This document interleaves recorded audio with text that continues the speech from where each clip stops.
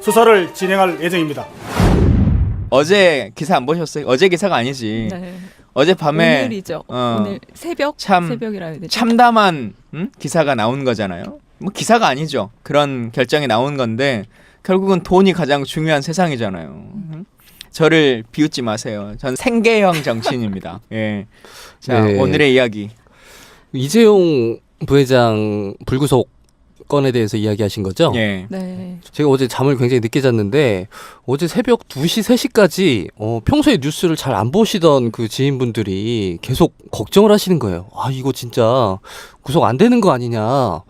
저는 되게 놀랐어요. 그러니까 그 한 명의 재벌 총수이잖아요, 이재용 부회장이. 근데 이분의 어떤 구속 여부에 대해서 이렇게 온 국민적인 관심이 모아진다는 게 참 어떻게 받아들여야 될지. 월스트리트 저널이 말했잖아요. 이 구속영장 청구라고 하는 게 이재용 개인에 대한 어떤 구속영장 청구가 아니라 대한민국 재벌이라고 하는 것에 대한 대한민국 사회에서의 구속영장이다라고 하는 것이었는데 재판부가 결국 구속을 기각시켰잖아요. 네, 맞습니다. 박근혜 대통령의 탄핵 여부와도 결국 직접적인 관련이 있기 때문에 더 촉각을 곤두세웠던 것 같은데요. 결국은 삼성공화국 아니냐라고 네. 하는 이야기들. 그러니까 권불 10년이라고 하는데 권력은 뭐 10년이면 다 바뀔 수 있다라고 네. 하지만 돈의 힘은 전불 100년인 것 같아요. 그러니까 돈의 힘은 한 100년은 간다는 생각을 갖고 재판부가 결정을 내린 것이 아닌가라고 하는 생각들이 드는데 물론 법리로 따지면 법리만 아주 디테일하게 따져보자면 판사가 결정 내릴 수 있겠죠. 그리고 직접적으로 박근혜 대통령에게 돈을 전달해 준 것은 아니니까 뇌물죄가 네. 아니다 이렇게 네. 판단할 수도 있겠어요.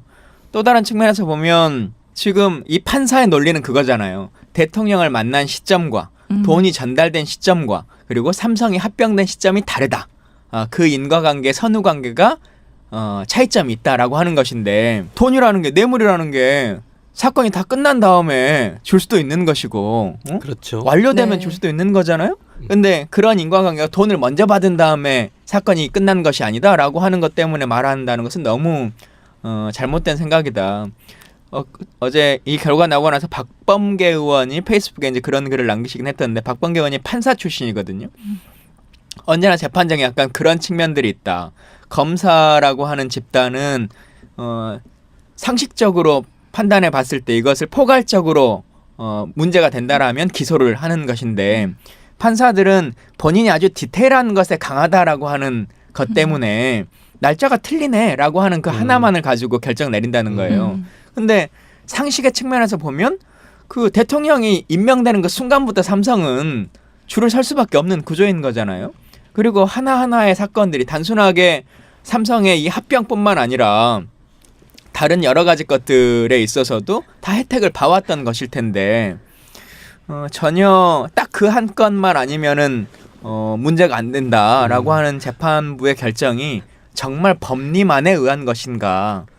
근데 국민들이 그걸 동의하지 않는 거잖아요. 그렇죠. 네. 그게 뭐 정치적 판단인지 아닌지는 법관의 양심, 뭐 본인만 알겠지만 국민들의 정서는 분명한 것 같아요. 굉장히 많은 분들이 분노를 하고 계시고 이런 분들 많잖아요. 그 생활고에 시달리다가 500원짜리, 1000원짜리 과자 한 봉지 훔쳐서 정말 실제로 구속된 분들도 계시고 아주 엄격한 법의 잣대를 그 서민들한테는 그렇게 엄격한 법의 잣대를 들이대는 그런 법관들이 어떻게 이렇게 재벌 총수에게는 관대할 수 있냐 뭐 이런 좀 정서가 있는 것이죠.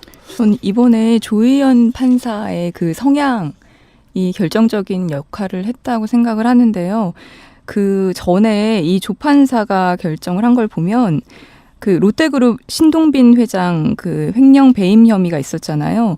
그때도 기각이 됐었어요. 예. 그리고 옥시 사건이 있을 때도 기각을 했었고 이런 큰 사건들에 있어서 항상 이러한 결정들이 계속 나오고 있거든요. 근데 이 판사의 성향도 결국에는 영향을 굉장히 많이 끼치는 것 같아요. 그래서 왜 국민들의 정서와 이 판사들이 결정하는 이 정서, 국민 정서는 왜 반영이 안 되는지 이 상식이 왜 국민 상식과 재판부의 상식은 항상 다른 건지 뭐 그게, 답답합니다. 네.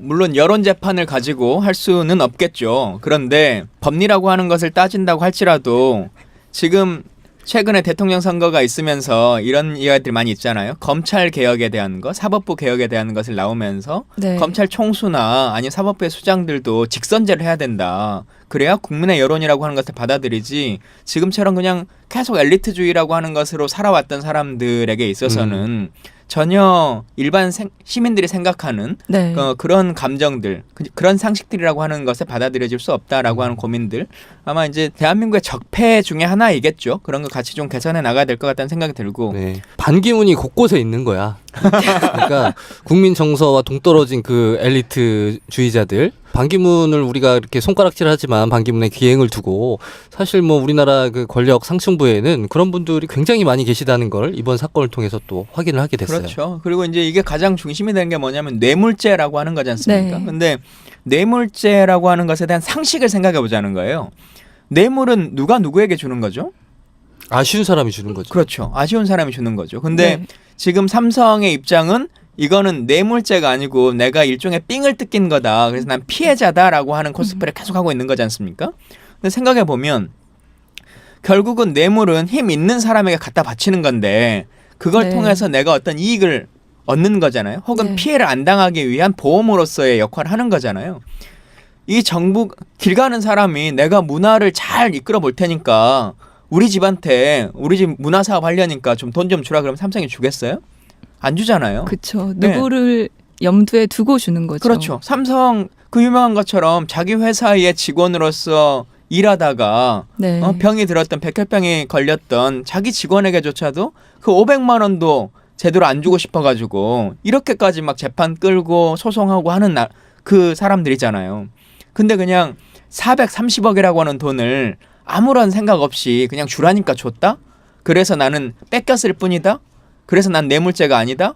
라고 하는 주장을 계속 펴는 것인데 처음부터 이재용 회장이 네. 그 논조로 지금 재판을 시작하고 있는 네, 거잖아요. 맞아요. 국회에 와서 그 국정조사를 받을 때도 거기 로펌에서 계속 자문한 것이 위증죄가 훨씬 약하니까 위증으로 처리되더라도 뇌물은 인정하면 안 된다. 네. 그리고 무능 코스프레로 간다.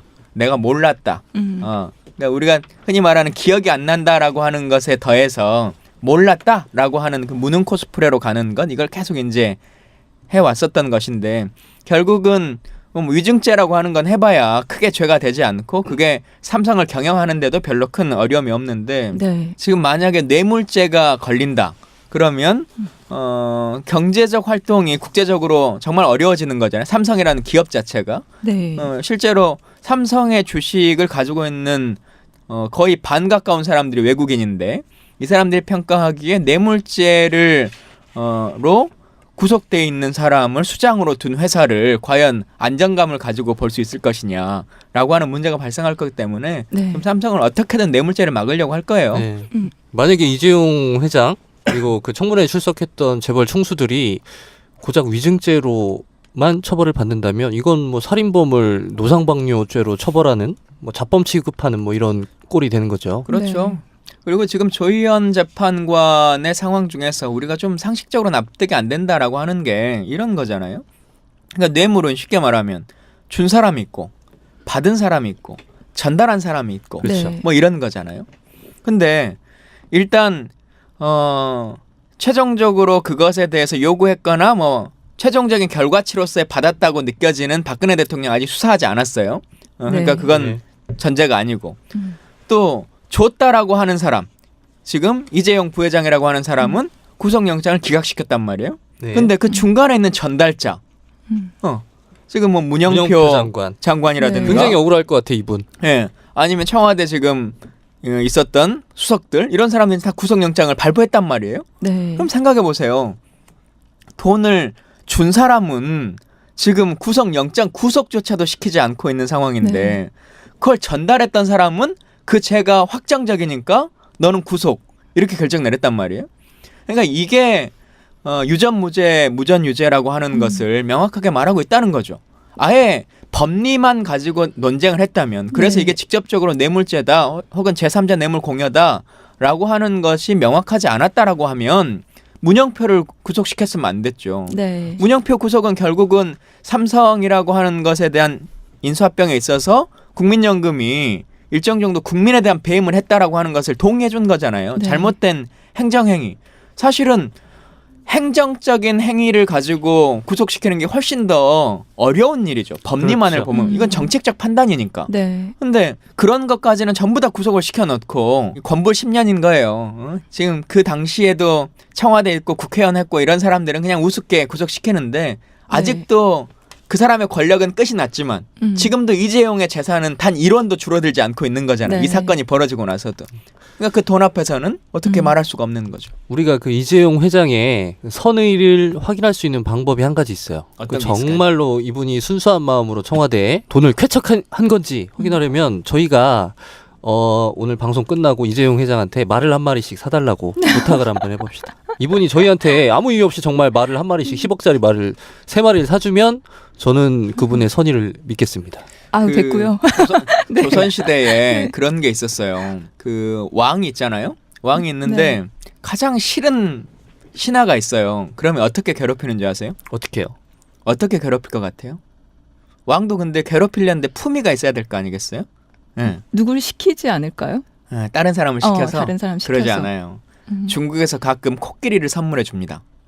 그러면 그 코끼리를 임금의 그 마음을 담아서 그 사람한테 선물해 줘요. 그 신하한테. 네. 그러면 코끼리를 그 죽일 수 신하는 없으니 코끼리를 살리려고 가산을 전부 다 탕진합니다. 모든 것들을 다 쏟아 부어야 되고 그러니까 결국에 먹여 살려- 그러니까 우리는 말을 키울 능력도 안 되니 편집장님은 말 하나를 키울 능력이 안 돼요. 지금 본인 마구간이 집이나 없습니다. 뭐 제대로 좀 네. 있어야지 뭐 마구간 하나도 지금 그렇네. 만들 수 있는 능력이 안 그러면 되면서 말은 아니고 무슨 네. 뭐 어디 햄스터나 뭐 이런 걸로 바꾸겠습니다. 햄스터는 솔직히 내가 정도는 제가 이정해도 키울 수 있어요. 사주겠다. 알겠습니다. 이번 판결. 나는 뭐 대단한 얘기하는 줄 알았어. 무슨 임금이 어쩌고 얘기하길래.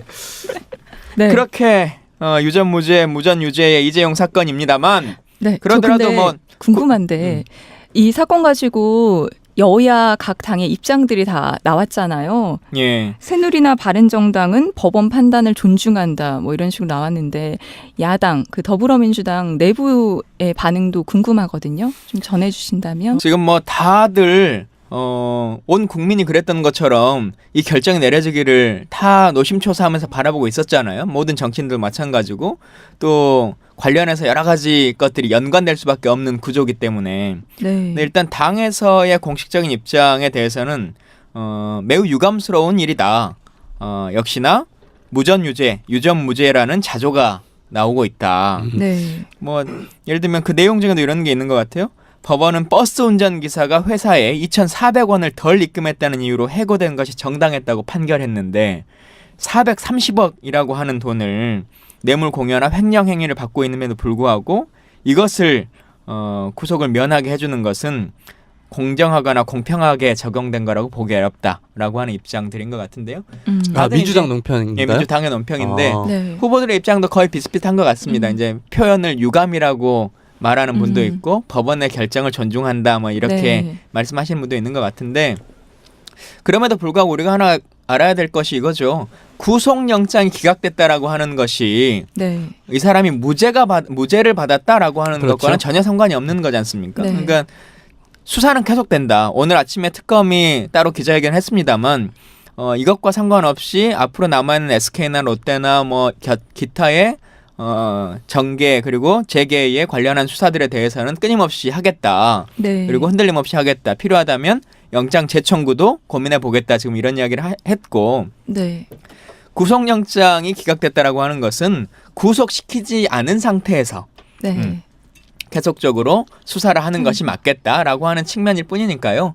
완전히 무죄를 받은 것처럼 생각할 필요성은 없다고 생각합니다.